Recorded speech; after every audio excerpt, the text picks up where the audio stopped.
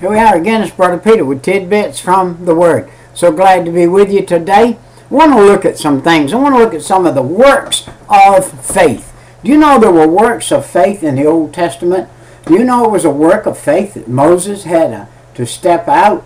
It was a work of faith when he got to the Red Sea. And wow, here he's standing before the sea and he's saying, the only thing I can do, God, is trust you. What do I do?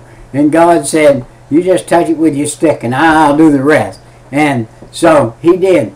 But let's look at here some of the works of faith. He said he subdued kingdoms. Joshua, when Joshua fought the battle of Ai, the first battle, he fought it by faith. And then when Joshua went up and fought another battle, and he had several 100,000 men, and God said, hey, I don't want you to take all them men. I want you to do the way I tell you to do it. And I want you to defeat these great armies, and so that people will say God's the one that did it, not you, Joshua.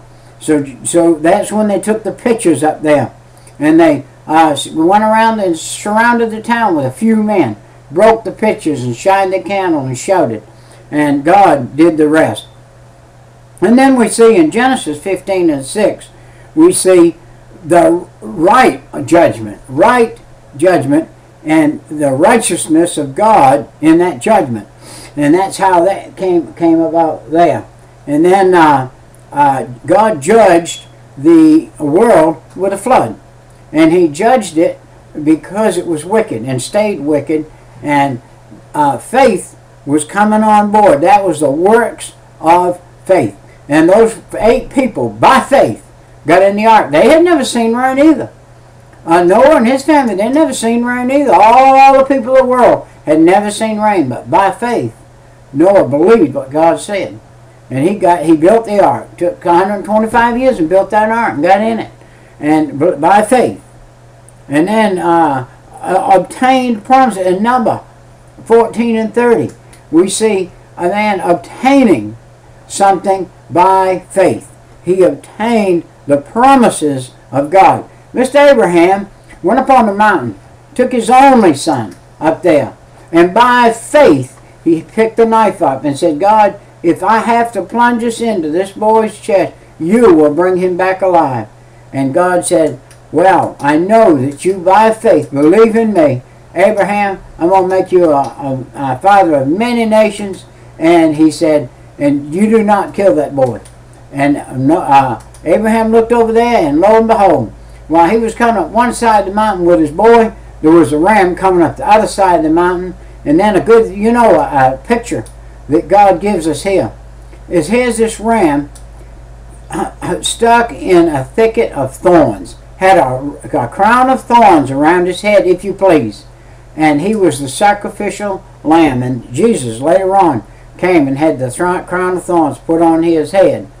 And then he stopped the mouth of lions. Look in Daniel. Daniel was put in the lion's den. Oh man, just think, those guys threw him in there and said, man, he'll be ate up before he hits the bottom. All them lions walked around him and said, hey Daniel, how you doing? And Daniel said, I'm doing fine, lions, how y'all doing? He said, I come down to spend the night with you. I need a couple of you to lay down and keep me warm tonight, and I put my head on the mane of one of you for a pillow and sleep through the night. And listen, the Lord said that he had given he had given Adam the right to name all the animals. He'd given Adam the ability to know the animals, and the animals knew Adam. And they did exactly what Adam said. And then he gave Noah that right again, and Noah had it, and he saw it. And then he also quenched the fire in Daniel. When Daniel and the 3 boys, remember Shadrach, Meshach, and Abednego, were thrown in the fire. God quenched the fire for them. And then different ones did different things. And I've had a situation arise, so this is going to be a short one. I'll finish this. Next one I do will be on the 27th in about an hour, and I'll finish it up then. All right. So, we got to find the right place.